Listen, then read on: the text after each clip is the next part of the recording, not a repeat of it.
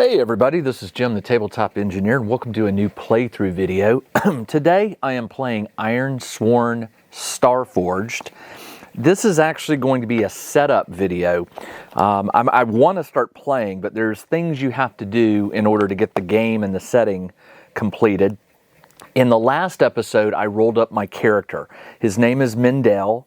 I've got his stats and some basics about him, his background and stuff like that.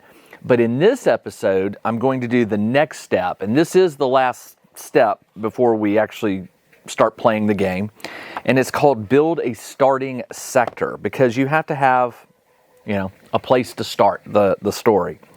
So what I'm going to do is I'm going to follow along here, and I'm going to use this page to do what it says.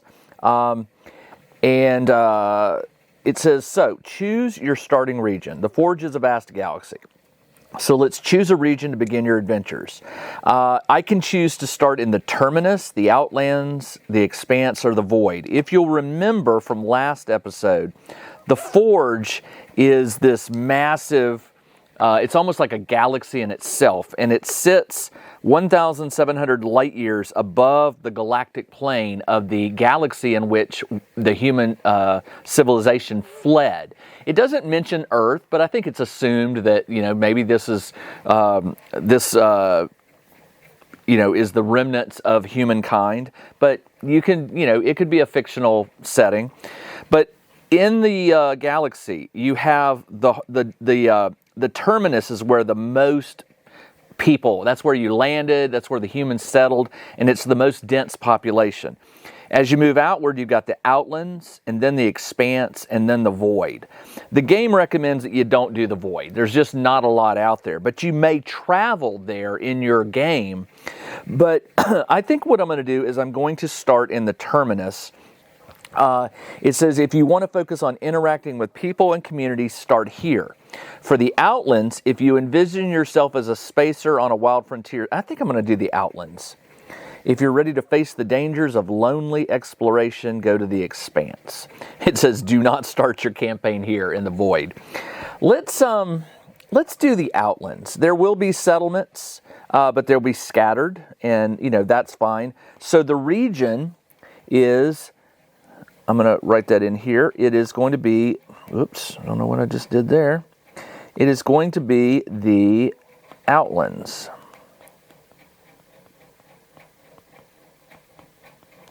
Easy enough. The choice you make when you select your campaign truce will influence how you envision the regions. Okay, blah, blah, blah. All right, step 2, determine the number of settlements. For the Outlands, it says that there will be 3 settlements. So I'm gonna do this. I'm gonna move the map temporarily, and we're gonna do 3 settlements.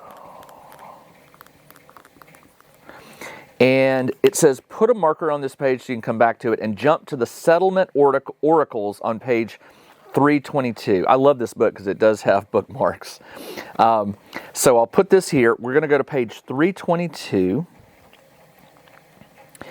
and it says for each of the settlements, roll on the following tables. Okay, so the settlement name, and I tell you what I'm going to do. I'm going to move this book over. So, for the settlement name, this is so cool that that there's all these charts. Settlement name, interesting. Okay, so let's do that. So I'm going to go 1, 2, 3. So the first settlement name, and you roll a D100. I'm going to roll blue and red, and blue is high. So that is a 12. 12 is Bulwark. So, Bulwark. The next one is 66, which is Providence. That sounds very wholesome. And 31 is Glimmer. That's a cool name for a settlement. Then do the locations, page 322. All right, so the locations for, let's see, you just roll a D100. It's either going to be planet side, orbital, or out in deep space. So I'm just going to go 1, 2, 3. So that is a 65, which is orbital. So this is an orbital settlement. Providence is a 1. Well, that is definitely planet side. And Glimmer is 93. I got one of each. Deep space. I love it when things work out like that. So that is the location.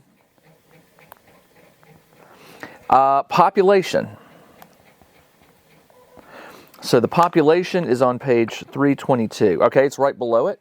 So once again, just moving left to right. Now there is a terminus, outlands, and expanse column. So I'm rolling in the outlands column. That is 51. 51 is hundreds. Hundreds. Providence is 81, which is thousands.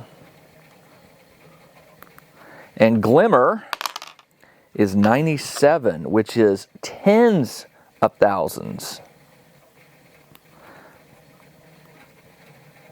So Glimmer is in deep space, a settlement. I don't know if that means it's on a planet or what. Authority, 323. So here's authority. And let me write all this down. And by the way, I will be tracking all of this in a notebook, not digital. All the written data, I take pictures of it and then I transfer it to a journal. So authority for bulwark is a 62. 62 is unyielding. Providence is 70, which is unyielding. That makes sense. We're out in the middle of, we're out sort of on our own. We're not going to give much room to anyone.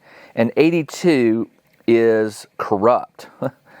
Well, with tens of thousands of people, corruption is likely to set in. That just makes sense.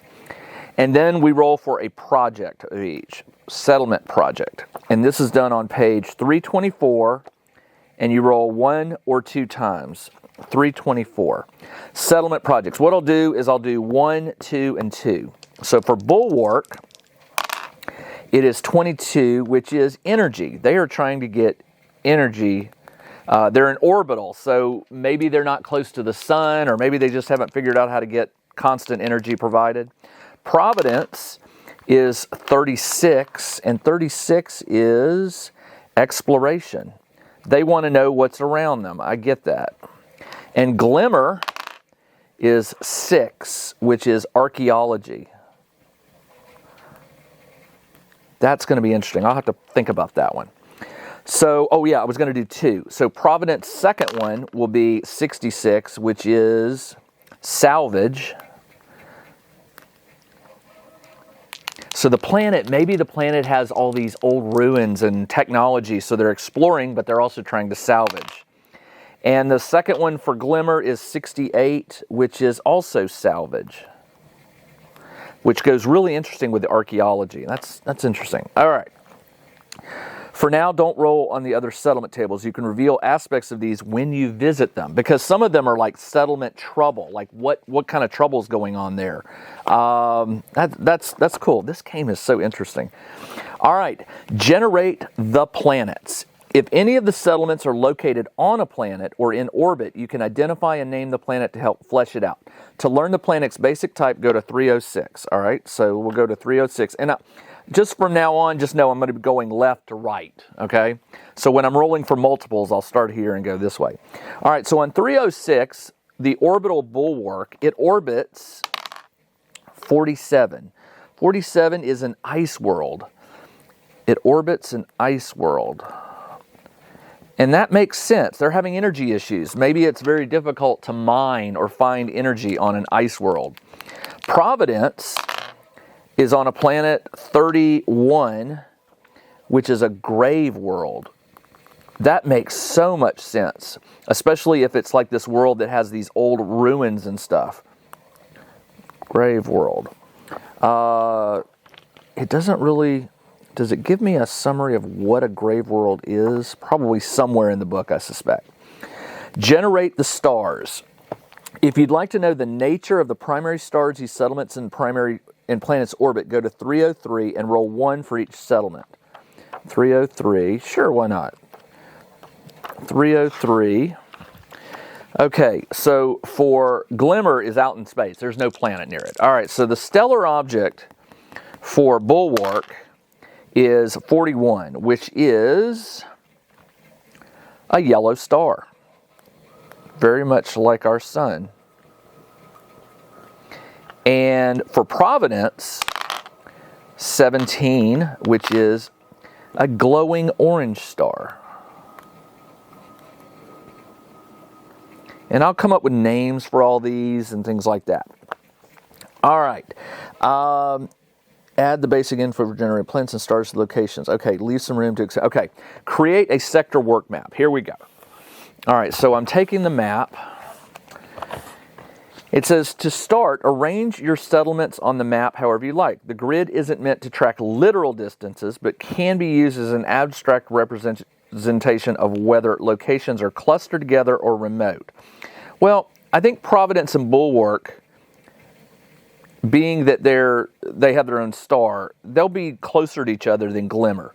So what I'm going to do, it says to use symbols. An orbital is a circle with an arrow, an orbital. Circle with an arrow.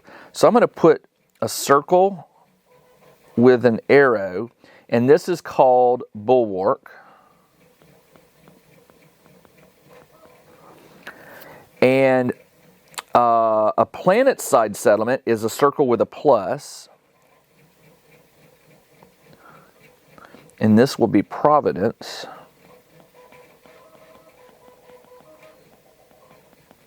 And then way out here, it says a deep space settlement is a square. I'll put that way out here, and this is Glimmer. Okay. Your map can also be used to mark notable locations as you learn more about the sector, like derelict ships, asteroid fields, black holes, titanic space squids. I like that. Create the passages. All right, that's the routes that you can jump into hyperspace between. Next, you'll set the passages for the sector. A passage is a charted route among the drifts. Spacers rely on these for travel and trade. From a gameplay perspective, following a passage allows you to resolve the outcome of a perilous journey with a single roll of the dice using set a course. If you are traveling uncharted paths to space, you instead do undertake an expedition. So here it is. Set the number of passages. How many passages are in your sector? Well, I'm in Outland. There are 2. Draw the passages as lines on your sector map. Each passage must do one of 2 things. Connect 2 settlements. All right, so we'll do this one. There's 1. And connect a settlement to the edge of each passage must connect 2 settlements and then connect a settlement. Okay, so it just goes through here to the edge. There's 1. All right. The second passage leads from Bleakhold to another sector. Okay, so there isn't one. Okay, so there's my two passages. Passage number 1 and passage number 2. Sorry. It says the Osiris is not connected. This might mean its location is uncertain. The data for the passage is not openly shared, or the passage is chaotic. You could travel to Osiris, but it will require you undertake. So this, getting to Glimmer, is going to require an undertake an expedition. I love that. That is awesome. Zoom in on a settlement. It will be helpful to have additional details on the settlements in your starting sector. You might begin the campaign in the midst of a layover or just arriving. Choose one of the settlements, whichever is most interesting to you, then return to the settlement oracle starting on page 322 and follow and roll on the following table. So I go to 322. Given that Bulwark is an orbital, I think Providence is going to be where I start. So I'm going to choose Providence as like my home. I'll put a star there to indicate that is my home world or where I'm beginning. So on page 323, roll on first look. All right, so it says roll twice. 37 is first look. High-tech construction. Okay. High-tech construction. And the second one, 95, is descriptor plus a focus. I don't know what that means. What does that mean? Oh, it says some results may refer you to another oracle, as indicated by the arrow symbol. You'll roll. Okay, so I go to descriptor and focus. What is that? Descriptor. For example, action theme on the summit. You'll roll again on the action and theme oracles. So there's an oracle called descriptor and one called on the action and theme oracles. Descriptor plus focus. I have no idea. Oh, here we go. Descriptor. Page 298. Let's roll that. 53 is hoarded. I don't know what that means. Focus is on page 299. I'll re-roll that. 78. Signal. Hoarded signal. I have no idea. Other oracles will include prompts to check for a descriptor and focus. So it's shown as descriptor. That's your cue to roll in these tables and interpret the result as appropriate. When you ask the oracle to help define the nature, roll for a descriptor and a focus. So hoarded focus, hoarded signal. A hoarded signal. I'll have to think about that. That is a weird one. All right. So I did the first look, and then it says settlement trouble, page 324. Okay, so we are going to find out what's the trouble on this settlement. And it is 15. Dangerous discovery. That sounds fun. There's been a dangerous discovery on the planet. Remember, they have exploration and salvage because this is a world, a grave world. There's ruins here. So that sounds like a story. All right. If the settlement is planet-side, you can also expand your understanding of the planet. Go to the appropriate planet types, 308 to 318, and roll for atmosphere, observed from space, and planet features. All right. The atmosphere, 75, is breathable. All right. I'm running out of room. So I'm going to do this. The atmo is breathable. That makes sense. It's a settlement on a planet. Hopefully it is breathable. It would get really old if you had to wear a suit everywhere. Observed from space. Page. Observed from space. Ooh, grave world. Now I understand. A once thriving world, now a grim monument to a fallen civilization. And what did I roll for that? I rolled a what did I roll for breathable? 71 to 95. Marginal. I'll fudge it. I was rolling on the wrong page. Observed from space. 7. A broken moon. Wow. So you look up in the sky and you see this shattered moon in orbit. And then a planet side feature, roll 1 to 2 times. 80, which is ship graveyards. Yeah. All right. I'm liking how this is going. Ship graveyards are visible. And the second one, 94, a descriptor plus focus again. All right, so let's go do that. Descriptor plus focus. The descriptor is 92, subsurface, 99, subsurface world.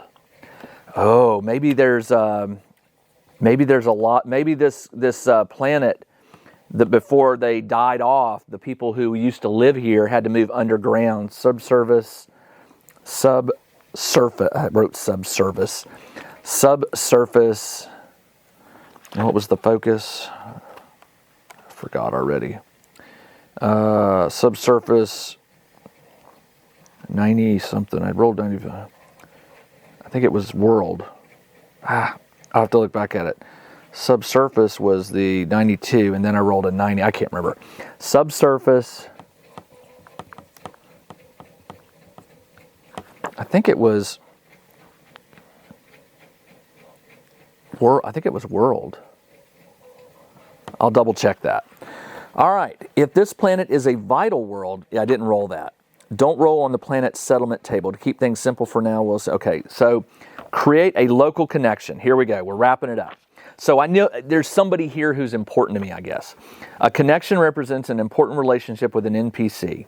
You will create connections with NPCs. For now, you have a single one. You almost certainly know other people, but you aren't truly connected the way you are with this one. If you're, okay, make the move. Take a look at the make a connection move, which is shown below. Instead of rolling, assume an automatic strong hit. The connection is already established. On a strong hit, you give them a roll and a rank. Whenever your connection aids you on a move closely associated with a roll, add +1 and take momentum. So I have a connection.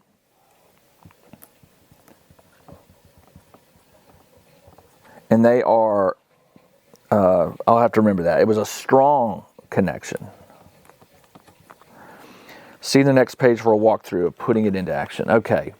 Your connections roll represents, for example, okay, here are a few tips. Are they a doctor, a spy master, researcher, spice trader? It's okay if a connections roll doesn't provide an obvious benefit.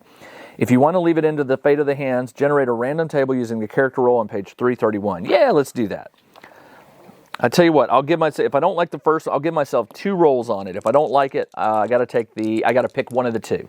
So the first one is going to be a 98, which is roll twice. All right, so I'm going to roll 3 times. 19 is a diplomat. Okay, so we have a diplomat. These are my choices. 32, a guard.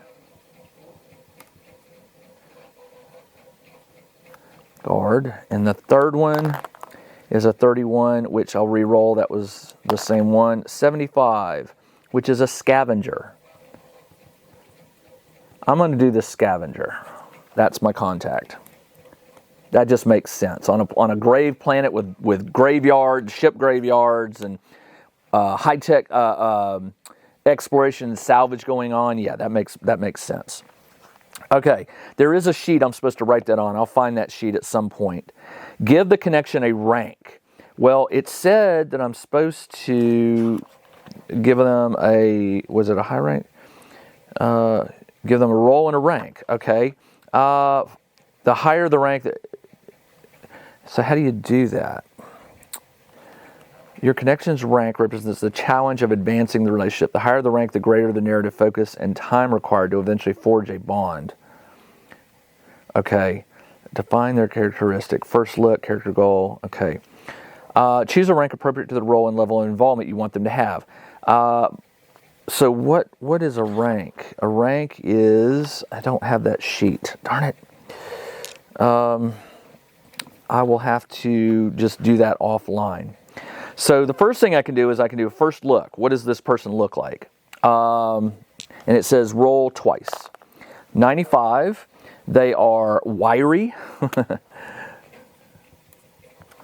And they are 18, athletic. Okay, that makes sense. They're a scavenger. They probably exercise a lot. You know, they're moving around, digging and diving, and exploring.